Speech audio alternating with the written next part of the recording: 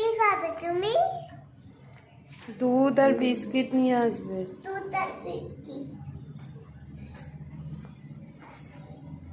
ঠিক আছে, চলো।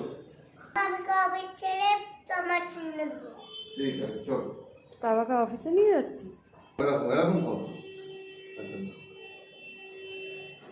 এই করো। ঠিক আছে, এসো মা।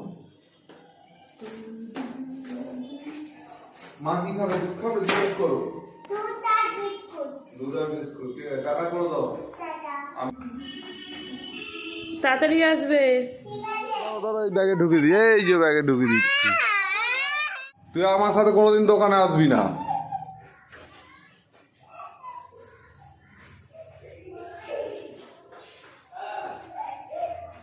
কি হলোটা কি? ওর দোকানে গেলে চিপস কিনে